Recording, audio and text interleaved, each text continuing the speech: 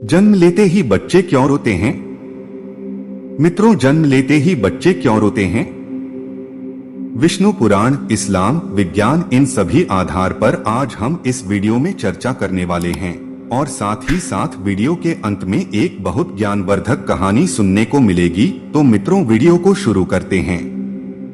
नमस्कार मित्रों, एक बार फिर स्वागत है आपका हमारे YouTube चैनल की बहुत ही ज्ञानवर्धक वीडियो में। दोस्तों, आप लोगों से एक रिक्वेस्ट है कि यदि आप अभी हमारे YouTube चैनल को सब्सक्राइब नहीं किया है तो चैनल को सब्सक्राइब करके घंटी बटन को प्रेस कर दे, ताकि हमारे चैनल के माध्यम से हर आने वाली वीडियो का नोटिफिकेशन सबसे पहले आप तक पहुँचे।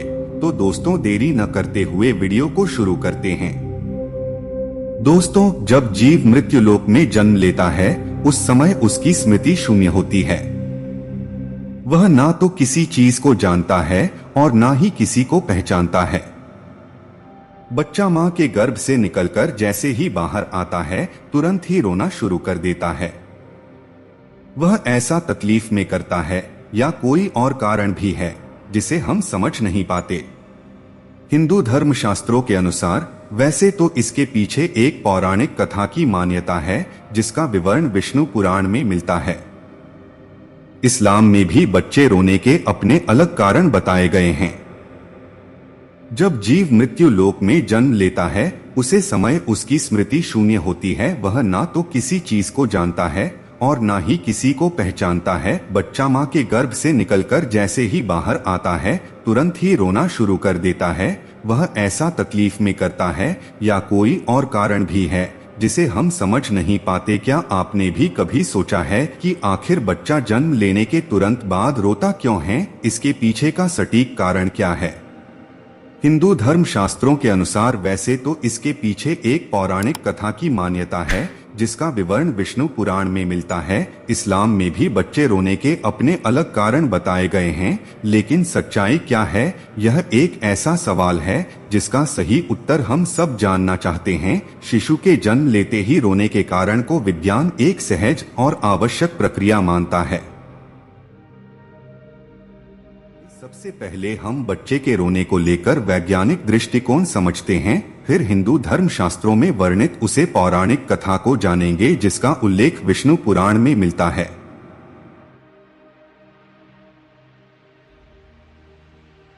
दीप में आपसे विनती है, कमेंट बॉक्स में जय श्री कृष्ण लिखकर परमात्मा को अपना आभार व्यक्त कीजिए।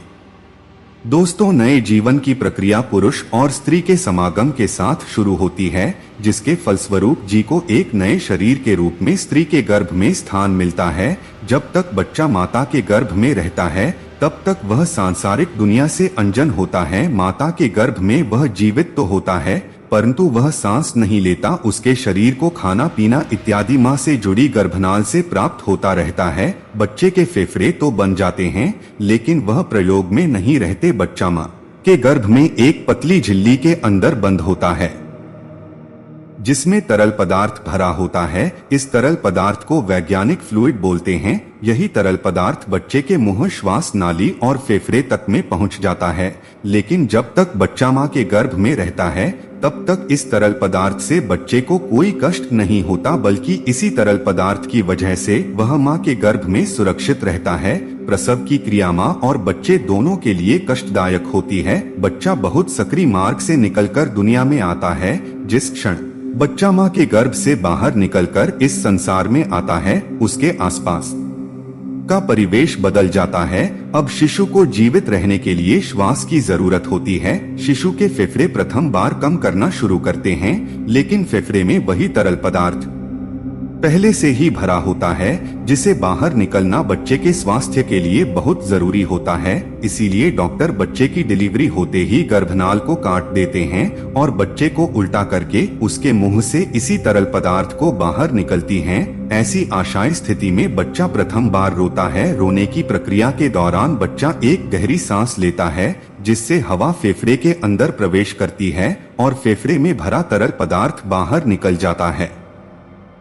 इसलिए बच्चे का प्रथम बार रोना बच्चे के स्वस्थ होने का संकेत होता है। अगर बच्चा स्वयं से नहीं रोता तो डॉक्टर बच्चे की पीठ पर हल्के हाथ से थपकी लगाकर उसे रुलाने का प्रयास करते हैं, जिससे फेफड़े में हवा जा सके और तरल पदार्थ बाहर आ सके। बच्चे के दिमाग को सही ढंग से काम करने के लिए एवं बच्चे के शरीर को सुचारू रूप से कार्य करने के लिए ऑक्सीजन की जरूरत होती है। जिन बच्चों के फेफड़े से तरल पदार्थ नहीं निकल पाता, उनके फेफड़े में पर्याप्त हवा नहीं पहुंच पाती। ऐसा होना बच्चे के जीवन के लिए खतरा होता है और दिमाग को पर्याप्त ऑक्सीजन न मिल पाने के कारण उन्हें किसी प्रकार की मानसिक बीमारी भी हो सकती है। तो दोस्तों, यह बातें थी विज्ञान के लिए।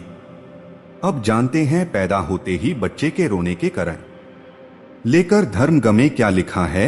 शिशु जब प्रथम बार रोता है तो उसके रोने का स्वर कुछ इस प्रकार सुनाई देता है, जैसे वह पूछ रहा हूँ कहाँ हूँ मैं कहाँ हूँ। विष्णु पुराण के मुताबिक जब ब्रह्मा जी सृष्टि की रचना कर रहे थे, उन्होंने स्वयं जैसा पुत्र पैदा करने का विचार किया तो उनकी माया से गोद में एक मायावी बालक प्रकट हुआ। यह बालक रोते हुए ब्रह्मा जी की गोद में उथल पुथल करने लगा। जब ब्रह्मा जी ने उसे बालक से इसकी वजह पूछी तो उसे बालक ने प्रश्न किया, मैं कौन हूँ, मैं कहाँ हूँ, मेरा क्या नाम है। इस पर ब्रह्मा जी कहते हैं कि पैदा होते ही तुमने रोना शुरू कर दिया, इसलिए मैं आज से तुम्हारा नाम रुद्र रखता हूँ। ऐसी मान्यता है कि इस बच्चे के जन्म से पहले किसी बच्चे ने रोना शुरू नहीं किया था। ऐसी पौराणिक मान्यता है कि तभी से जन्म के बाद बाकी बच्चों में भी रोने का नियम बन गया।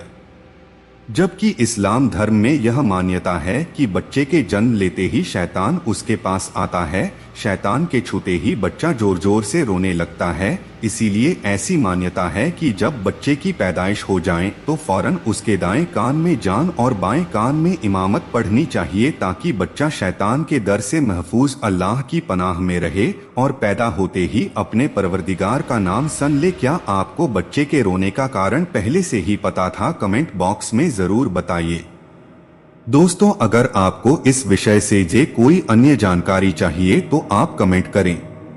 दोस्तों, वीडियो के अंत में आप लोगों से रिक्वेस्ट ही है कि अगर आपको यह वीडियो जरा सा भी अच्छा लगा हो तो मेरे चैनल को सब्सक्राइब, वीडियो को एक लाइक करके कमेंट में जय श्री कृष्ण जरूर लिखें। मिलते हैं नए वीडियो के साथ।